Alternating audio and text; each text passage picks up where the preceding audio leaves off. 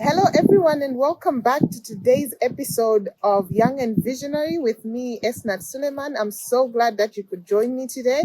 I want to talk about a topic that I am so passionate about: savings and investments. And I'm not just passionate about this simply because of my career, but also because I believe that financial security is something that can improve the well-being of a lot of people. So I love to share information in this area. So I am glad that you chose today to tune into the channel. Just to start off, I wanted to just say that I think in Malawi, unlike a lot of countries, very few of us are born into wealthy families where we have trust funds specifically for us, waiting for us to attain a certain age before we can access that wealth and use it for whatever purposes or pursue the dreams that we want to pursue. A lot of us have to work hard. A lot of us have to hustle.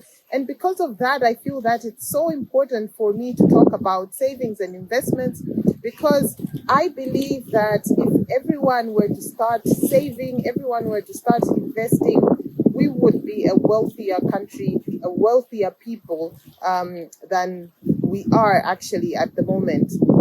So actually, when it comes to saving and investments, I think one of the things that is very important to note is that you don't have to have a lot of money to actually be able to save and invest. Actually, someone did say to me some time back that if you don't save when you're broke, you're probably never going to save when you have enough money, because it is a discipline that someone needs to develop.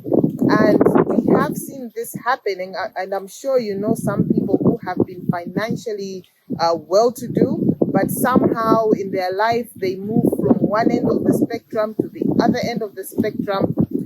They lose a job, or maybe their business takes a huge knock, and after that they lose their wealth and they can no longer maintain the lifestyle that they were able to maintain before. And this is because they were simply not saving, they were not investing. So having money does not really mean that you are financially secure. So this is why saving and investing is one of the things that will help you to become financially secure. And the other thing that I just wanted to say as well is that when we talk of saving and investments, the two things are often mistaken to be the same thing, or sometimes we use these two words interchangeably, but in actual fact, they are different in one way or the other. When we talk of investments, and I'm going to really use the most simplified of definitions. I know that there are financial definitions out there, but for the purposes of my audience, I know that I have audience at different levels, and it's better for me to use language that everyone can understand. So when we talk of savings, we're simply putting money away for a rainy day. So already when you think about that, what it means is you're putting your money in something that is safe. You're putting your money in something that is liquid. And when I talk of something being liquid, means that you can easily access your money at any time when you need that money. So money for savings is the money that will help you in emergencies. Let's say all of a sudden you have a huge commitment that you did not expect. And this happens a lot here in Malawi. I mean, you could have, let's say, a wedding of a certain family member, and you need to support them, and you can't take it out of your normal money that you make. Your emergency funds are what you can use. Or maybe you have a funeral and you have to contribute something. These are the funds that you actually use.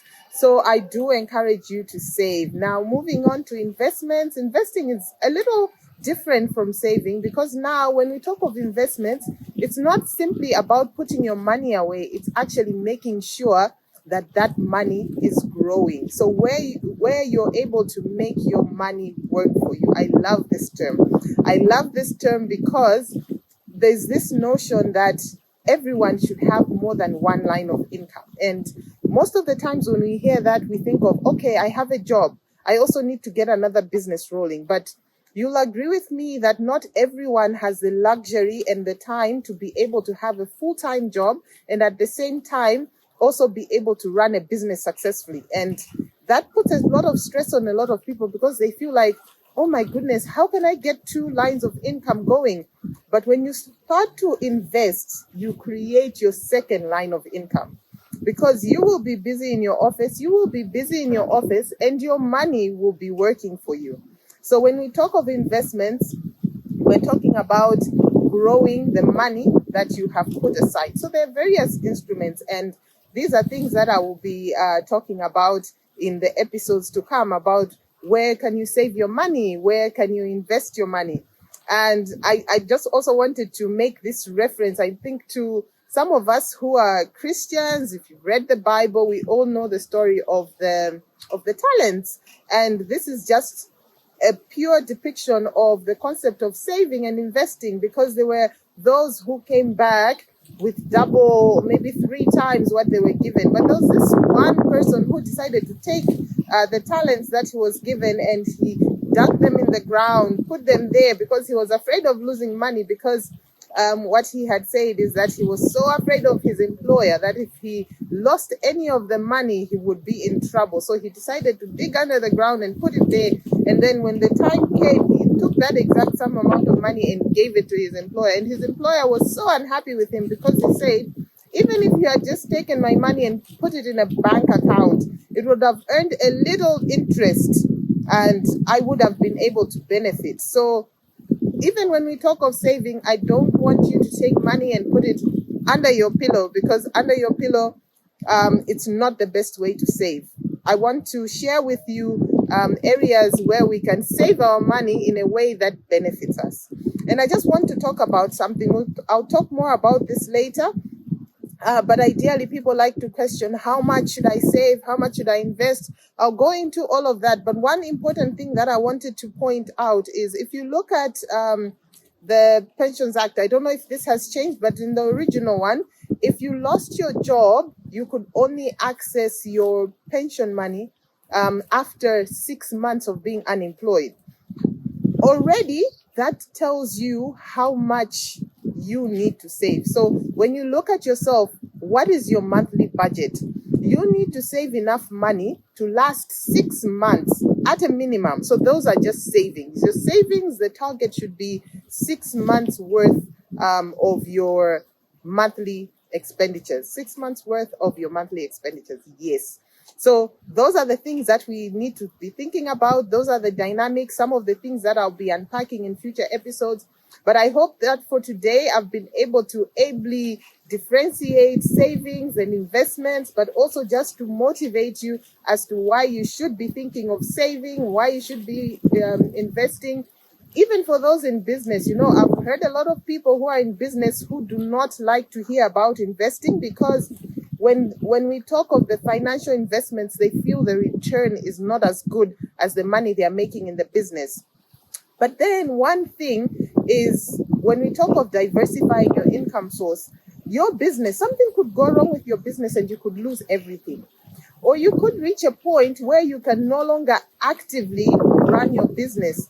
At that point, you need to make sure that you put aside money that can then sustain you after you are out of your business. So whether you're in business, whether you're in working, you do need to save and invest. And you need to be thinking of what your investment needs are. What are your savings needs? And I'll unpack these so that for everyone, you should be able to determine what is best for you, because what is best for you may not be what's best for me, but the underlying factor is saving and investing is best for all of us.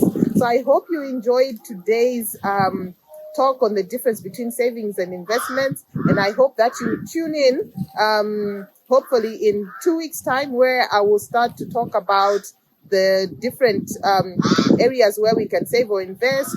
I'll also talk about how much you should be targeting to save and invest, and also just to be able to be more aware of how you can determine what your financial success would look like. So thank you very much for tuning in today. I hope that you do subscribe. Have a great day.